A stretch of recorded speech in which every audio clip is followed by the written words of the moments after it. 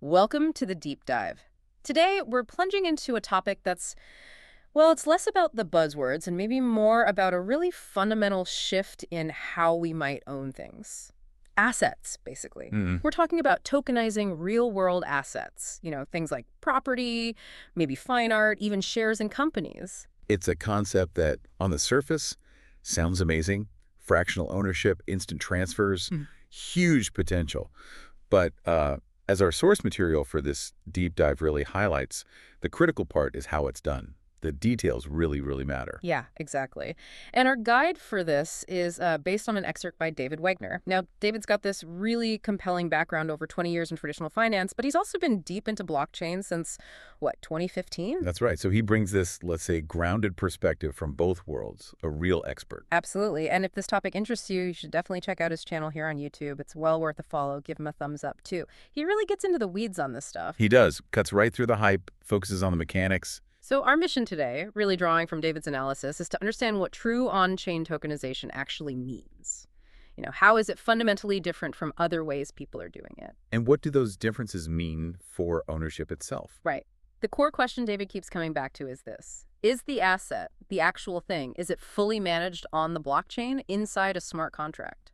Or is the token just like a digital certificate pointing to something that still gets transferred the old way, off-chain? And he argues that distinction, well, it changes everything. Massive implications. Yeah, it's the difference between, say, building a genuinely new financial rail versus just putting a digital sticker on the old system. Okay, let's unpack that. First, the promise. Why is everyone excited? I mean, imagine buying just a tiny fraction, like 0.1% of a huge office building or a really valuable painting with just one click. Yeah, maybe even more revolutionary. Imagine that when you click buy, the ownership transfer isn't something that takes weeks of paperwork and lawyers and intermediaries. It's instant, automatic, irrevocably logged on a digital ledger. That's the dream, isn't it? No more weeks of waiting, no notary appointments, less bureaucracy. Definitely. But getting to that dream state hinges entirely on that distinction we just mentioned, how it's built. Right. Which brings us to David Wegner's core point, differentiating between what he calls true on-chain tokenization. And the more, let's say, traditional tokenization models. Okay, so let's define the ideal first. What does true on-chain tokenization actually look like? Well, in this setup, the asset itself, or maybe a sort of legal digital twin that carries the same rights, is directly represented and, crucially, managed on the blockchain.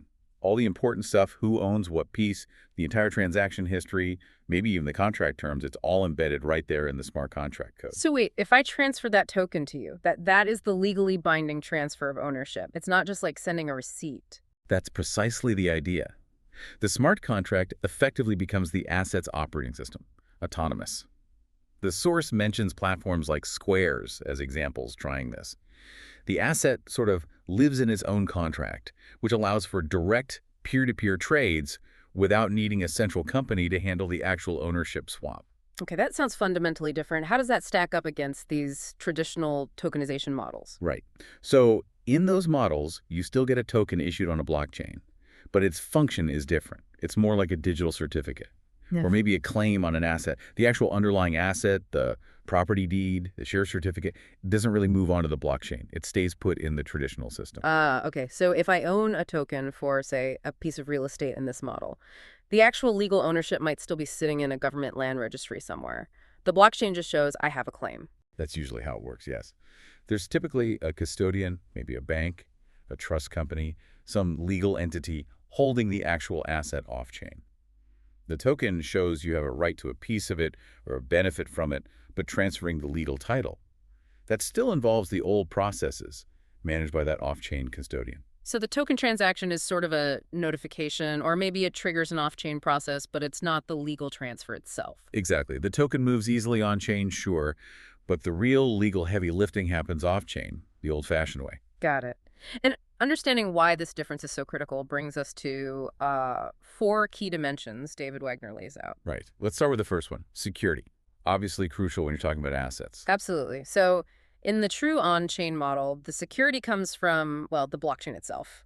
Cryptography, immutability. The ledger is the public tamper-proof source of truth. Ownership is defined and managed by the smart contract code. It's what people call secure by design.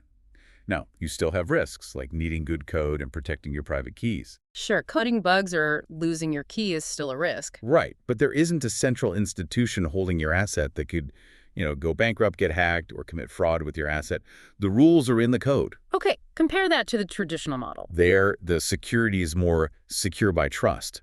You're trusting institutions, the custodian, the legal system, the regulators, to manage and protect the asset correctly off-chain.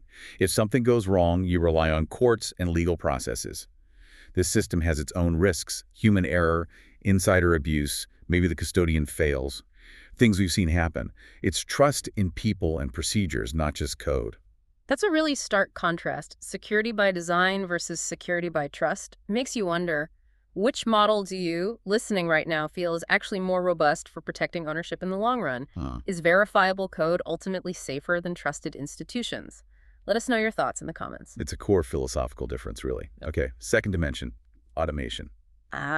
This is where the smart contract really flexes its muscles in the on-chain model, right? Precisely.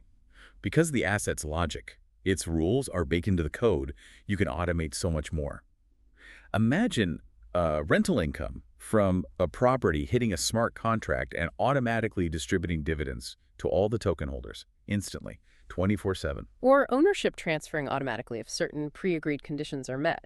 No manual intervention needed. And the source mentions how this makes assets programmable.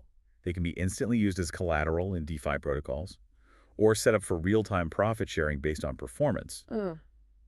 Things that are just very difficult or impossible when the asset's true state is locked away off-chain. Right. So in the traditional token models, even if the token moves fast on-chain, The really important stuff, like Yep. updating the official legal ownership record or checking if a buyer is allowed to own the asset, whitelisting, or processing dividends, that often still needs someone off-chain to manually do something. so the automation is only skin deep. You automate the token movement, but not the core asset management. Exactly. It limits the efficiency gains. Okay. Dimension 3, transparency. Another classic blockchain benefit. True on-chain tokenization, ideally, offers real-time, verifiable transparency. The ledger is open, so anyone, permitted investors, regulators, can see the ownership flow, maybe even inspect the contract logic. That's a level of visibility you just don't get in traditional finance usually. Right, and the source notes that even where privacy is needed, technologies like zero-knowledge proofs are emerging.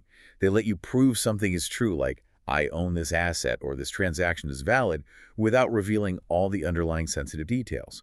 So you can potentially get both privacy and verifiability. Interesting. How does that compare to traditional models? Well, there, transparency is usually quite limited. You might see the token representing the claim move on the blockchain, sure.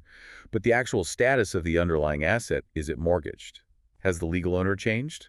That's often hidden away in private databases or paper records. You're relying on reports, PDFs, audits, not a live, transparent ledger. Exactly. It's delayed Yeah. and often opaque. So, thinking about how important transparency is supposed to be in finance, what do you think are the potential upsides or maybe even downsides of having asset ownership data visible on a public ledger like that, even with privacy tech? Compared to keeping it all in private systems, that feels like a big cultural shift, too. It really does.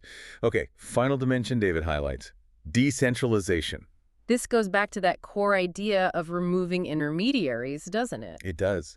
True on-chain tokenization enables, or at least aims for, genuine peer-to-peer trading. Because the ownership rules and the asset representation are on the chain, you don't necessarily need a central exchange or broker to facilitate every single trade. The asset exists independently on the network. Right, which builds resilience.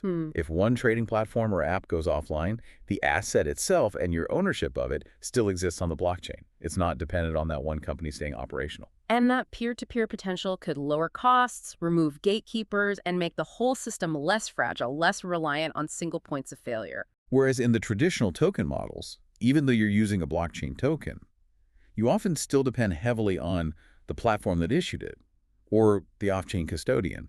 They control the link between the token and the real-world asset, the redemption process. Yeah. There's still a central point of control and failure. It kind of undermines the decentralization goal. Yeah, that makes sense. You know, this idea of cutting out middlemen and allowing direct peer-to-peer transfer of assets, it's powerful stuff. How do you think that might really shake up traditional industries like real estate agencies or stock exchanges? What does their future look like if this takes off? It's a massive question, isn't it? The potential disruption is huge. But of course, making this happen isn't just about tech. It bumps right up against the law, which brings us to the legal implications. Right, because true on-chain tokenization, where the token is the ownership, that really challenges centuries of legal frameworks built around paper deeds and central registries. Absolutely. And the legal world is grappling with this. Some places are ahead of the curve.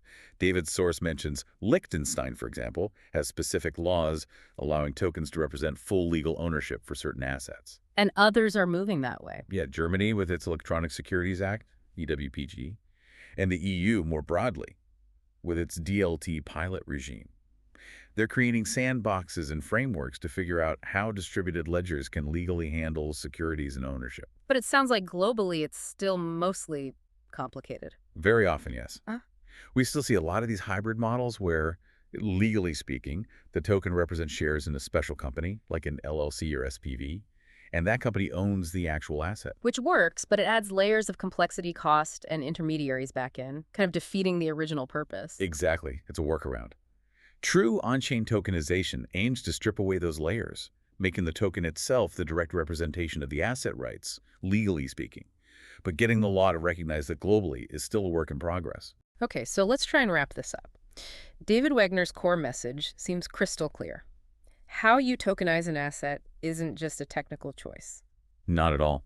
It fundamentally determines whether you unlock the real potential of blockchain transparency, automation, peer-to-peer transfer, or if you just end up sort of simulating the old world with a digital veneer. Real on-chain tokenization promises that transparent ownership, the automated transactions, the potential for direct liquidity, and security based on math and code. While the traditional tokenization models, well, they were maybe a useful first step, a bridge. They help people get comfortable with the idea, but they keep many of the old limitations and bottlenecks in place. So the crucial question, whenever you look at a project tokenizing real-world assets, is always, is the asset and its rules truly living on the blockchain? Or is the token just pointing to something managed off-chain? Because that single design choice shapes everything else, how disruptive it can be, how secure it is, how efficient, how scalable, and what it actually means for you as an owner. That's the key takeaway. It all comes down to that core architecture. Absolutely. So recapping the main point from this deep dive. The big difference in tokenization models is whether the asset and its ownership are truly on-chain or if the token is just a reference to an off-chain reality. And that difference echoes through everything. Security, automation, transparency, decentralization. Who's really in control? So here's a final thought to chew on. If true on-chain tokenization really takes hold, where transferring a token legally is transferring the asset, how might that fundamentally change how we even think about owning things, our homes, our investments, maybe even collectibles? What does ownership mean in a truly digital native context? That's a profound question, one we'll likely be exploring for a long time. Indeed. And if you want to keep exploring these ideas with real depth, remember to check out David Wegner's YouTube channel. He really breaks down these complex but crucial concepts. Definitely worth your time.